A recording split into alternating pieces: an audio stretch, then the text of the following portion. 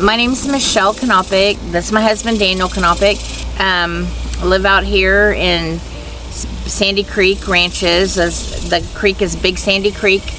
And we were involved in the floods on July 5th in the middle of the night.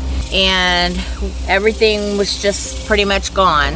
I've always been a stay-at-home mom. We have 5 kids. My youngest son has autism, and my husband has Parkinson's disease. So my neighbor called me on the phone, and I was like, it woke me up.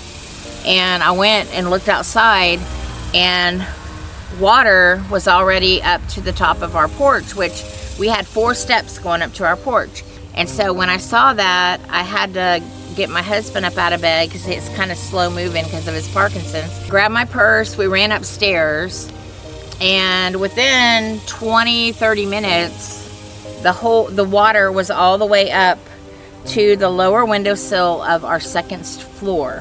Things just smashing into the house, and you could just hear the water raging and hear the stairs ripping off the house, and you could like feel our whole house moving back. And I had called, the 911 probably 6, 7, 8 times. And during the course of all of this, just crying and saying, hey, somebody needs to help us, because I really thought the house was, gonna go. We were just praying. My son, who has a disability, was so scared. I was trying to stay strong because he was so scared he couldn't even move. He was like just literally frozen and shaking. They brought us one by one down the ladders. The firefighters, one was at the top, one was at the bottom. They tied like a rope around us in case we fall. We lost everything like the password books. We lost our car. Yeah, our car rolled, our car washed away.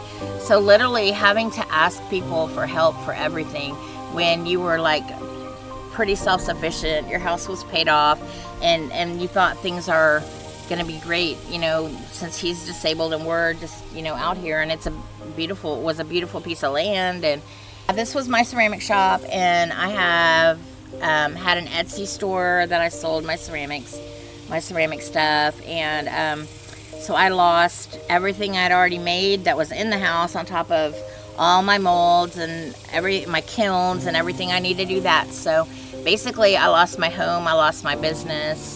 So unfortunately, we did not have insurance. I had insurance on my car, but it was an older car, like it was a 2010, so I had liability only.